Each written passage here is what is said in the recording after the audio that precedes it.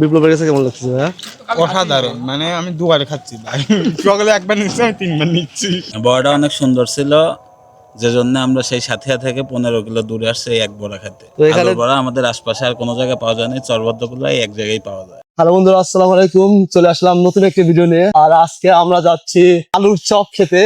আর সেটা কিন্তু সাথে থেকে অনেক দূর। গ্রামটির নাম হলো চর ভদ্রকোলা। আমার জীবনের ফার্স্ট টাইম ওখানে যাচ্ছি। আমাদের সাথে যাচ্ছে অনেক ভাই ব্রাদাররা। তো গাড়ি চালাচ্ছে মারু, পিছনে আছে অজয়, বিজয়, শাকিল। 3টা গাড়িতে যাচ্ছি, মোট যাচ্ছে 6 জন। তো ওখানে যে আলুর চপ খাবো, অনেক গল্প শুনছি। আসলে ওখানকার আলুর চপ নাকি আসলে খুবই খুবই স্পেশাল। এটাই আসলে ওখানে গিয়ে দেখবো কতটা স্পেশাল এবং কতটা সুস্বাদু সেই আলুর চপ, যেটার জন্য এত দূরে আসলে আমরা যাচ্ছি। আমাদের ওখান থেকে মোটামুটি 10-12 কিলোমিটার দূরে। আর আমরা কিন্তু এখন সুকসরের মধ্যে আছি। আর সুকসর দিয়ে ভিতরে যে রাস্তা, এই রাস্তা ধরে আমরা গুড়িগ্রাম যাবো। আর গুড়িগ্রাম থেকে আমরা যাবো চরভদ্রকোলা। চলুন যাওয়া যাক বন্ধুরা। এই সুকচর গ্রামটা কিন্তু আসলে বিলের একদম সাইড দিয়ে, আর কৃষির জমি মোটামুটি তার পাশ দিয়ে যে রাস্তা, এই রাস্তাটা নতুন হয়েছে। এর আগে 2 বছর আগে গেছি, মোটামুটি ভাঙাচোরা রাস্তা ছিল। 2 থেকে 3 বছর কতদিন আগে আসলে এখান দিয়ে যাওয়া হয়েছে তা আসলে সঠিক মনে করতে পারছি না। তো সেই টাইম আসলে মোটামুটি ভাঙাচোরা রাস্তা ছিল। তো এখানে দেখলাম যে নতুন রাস্তা হয়েছে। বন্ধুরা, এখানে একটা জিনিস দেখলাম যে এখানে অনেক বস্তা আসলে গাড়ি করা আছে। আর এই বস্তাগুলো আসলে দেখে প্রথমে আসলে হতবাক হয়েছে যে এত বস্তা আসলে কিসের জন্য। দেখেন এই সাইড দিয়েও কিন্তু পিছনে বস্তা। তো পরবর্তীতে জানতে পারলাম যে এই বস্তাগুলোর মধ্যে কিন্তু আসলে ছাই। হ্যাঁ, আপনারা আসলেই শুনছেন, এগুলা কিন্তু আসলে ছাই, যে চুলার যে ছাই আছে ওগুলাই কিন্তু, অর্থাৎ তুষের যে গুঁড়া, এগুলা কিন্তু এখন বর্তমানে আমাদের এখানে কৃষি জমি যেগুলো আছে সেগুলো কিন্তু পেঁয়াজ লাগানো হবে। যখন কাদামাটি থাকে তখন কিন্তু এই ছাই দিয়েই কিন্তু পেঁয়াজের যে দানা সেটা কিন্তু আসলে রোপণ করা হয়। আর দেখছেন প্রত্যেকটা জায়গায় কিন্তু এরকম ছাইয়ের বস্তা।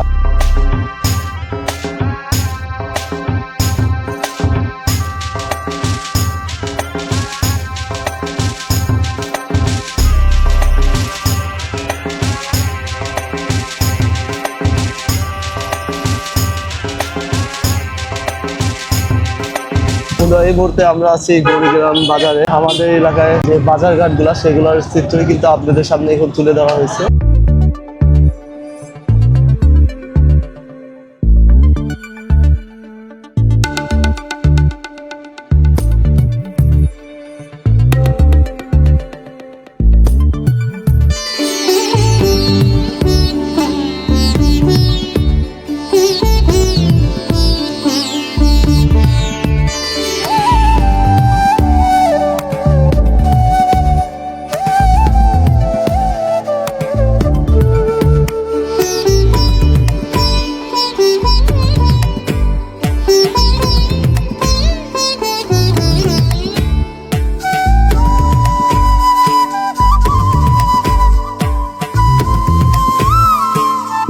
রাস্তাটা ঢুকলাম, আর এটা এই চরবদ্ধকোলা রাস্তা, যেটা আসলে ফার্স্ট টাইম এসেছি। আর দেখতে পাচ্ছেন রাস্তার 2 ধারে কিন্তু আসলে কৃষি ধানের জমি। আর এই জমিগুলোতে প্রচুর পরিমাণে ধান কিছুদিনের মধ্যেই কাটা পড়বে। আর কৃষকেরা কিন্তু ধান কাটা শুরু করে দিচ্ছে। দিগন্ত জোড়া আসলে ধানের জমি, যত দূর চোখ যায় শুধু ধান আর ধান।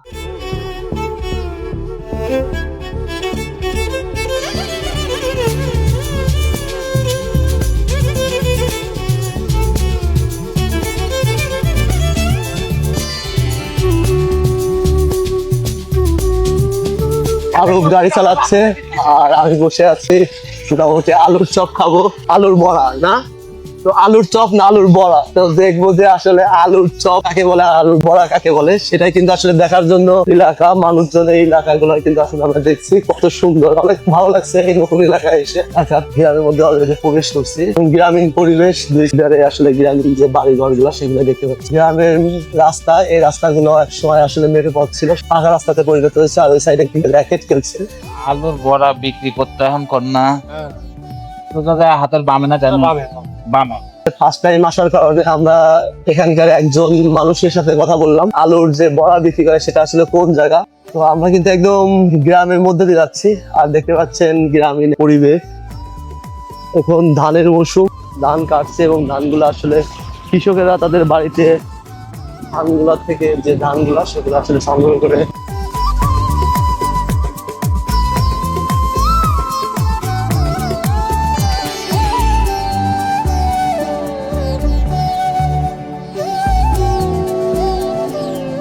বন্ধুরা ফাইনালি কিন্তু আমরা চলে আসলাম সেই আমাদের কাঙ্ক্ষিত যে আলুর বড়া যে স্টল, অর্থাৎ আলুর বড়া যে দোকানটা, সেই দোকানে এসেছি। দেখতে পাচ্ছি দোকানে যথেষ্ট ভিড়। আমি এই প্রথম আসলাম ভাই, শুনছি যে আলুর বড়া, এই আলুর বড়া খাইতে এসেছি আমরা। এটা আলুর চপ না আলুর বড়া? না, আলুর বড়া আমি কোনোদিন খাই নাই, শুনেছি। কিভাবে আসলে আলুর বড়া ভাজা হয় সেটা কিন্তু আমরা দেখছি।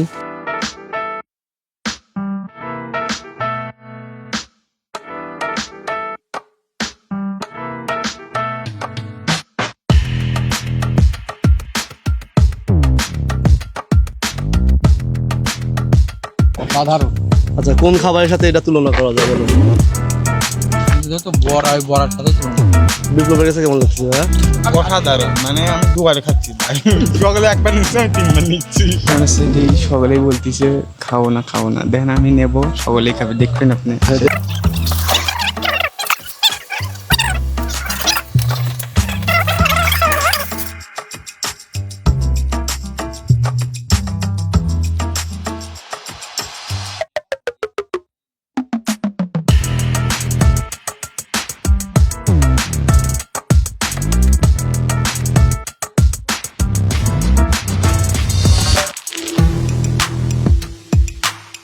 কি ব্যাপার শাকিল, তুমি বলে খাবে না? না, আমার তো রুচি উঠে গেছে, স্বাদ লাগতেছে। Heavy taste. 30টা প্রতিদিন কয়টা টার্গেট নেন? 30টাই সর্বোচ্চ না? আর মুই আন একটু রুচি কম না কাকা, আগের থেকে তুলনামূলক রুচি কম। আজকে নিজেই খাবেন না রাতে মার লিগে নিয়ে যাবেন?